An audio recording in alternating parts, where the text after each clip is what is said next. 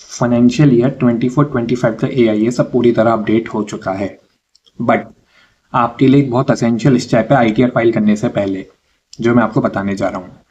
Last year भी मैंने इस टॉपिक के ऊपर वीडियो बनाई थी कि ITR फाइल करने से पहले इट इज़ वेरी इंपॉर्टेंट कि आप अपनी AIS की जो इन्फॉर्मेशन है, इवन जो TIS में इन्फॉर्मेशन है, उसको एक बार रिव्यू जरूर करें। और अगर आपको लगता है कि उसमें कुछ गलती है तो जो AIS में फीडबैक ऑप्शन दिए हुए हैं उस पर फीडबैक जरूर सबमिट करें। ये मैं बार बार इंसिस्ट कर रहा हूँ कि आप AIS पर फीडबैक जरूर सबमिट करें बिफोर फाइलिंग दी ITR, जिससे कि अगर आपकी कोई इन्फॉर्मेशन गलत है तो आप डिपार्टमेंट को फ्लैग कर दें कि भाई ये इन्फॉर्मेशन मेरी गलत है, आप अपने जो भी सोर्स है उससे रिव्यू करा लीजिए, लेकिन मेरे हिसाब से ये इसका एक्सप्लेनेशन है। ये इसलिए जरूरी है जिससे कि आप अपना रिटर्न जो फाइल करेंगे उसमें आप करेक्ट इन्फॉर्मेशन ही दिखाएंगे, ना कि अनकरेक्ट इन्फॉर्मेशन दिखाएंगे।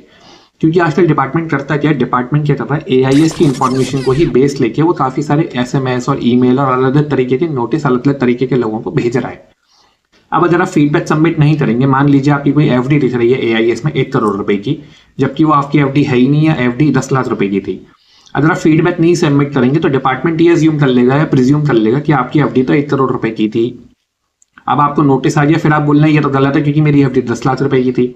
तो क्या आप उस नोटिस को अवॉइड कर सकते थे? जी हाँ। अगर आपने पहले ही फीडबैक सबमिट कर दिया होता कि मेरी FD 1 करोड़ रुपए की नहीं 10 लाख रुपए की है, तो शायद डिपार्टमेंट उसे कंसीडर करके उसके हिसाब से आपको SMS ईमेल भेजता, हो सकता है भेजता ही नहीं।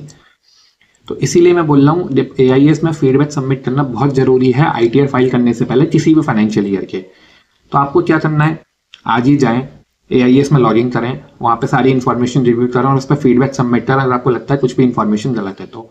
और एक सिंपल तरीका बता रहा हूँ, आपको पोर्टल पे लॉगिन नहीं करना आता या पोर्टल पे आपको नहीं पता कैसे लॉगिन करना है, तो सिंपल आप मोबाइल यूज करते हैं, प्ले स्टोर या ऐप स्टोर आप जो भी यूज करते हैं, एंड्रॉइड iOS, उस पर जाएं, AIS फॉर टैक्सपेयर नाम से मोबाइल ऐप को सर्च करें, उस पर सिंपल प्रोसेस से लॉगिन करें और उससे भी फीडबैक सबमिट कर सकते हैं। यह है ना सिंप्लीफाइड तरीका, सिंपलेस्ट तरीका टू सबमिट द फीडबैक। आपको किसी पे डिपेंड होने की भी जरूरत नहीं है। तो what I'm trying to say कि feedback submission in AIS is very important before filing the ITR because it acts as a deterrent, जिससे आप डिपार्टमेंट को फ्लैग कर पाते हैं कि ये इन्फॉर्मेशन गलत है, सही है या नहीं है। तो उस तरीके से डिपार्टमेंट फिर अपना फर्दर कोर्स ऑफ एक्शन उस पर आगे लेगा।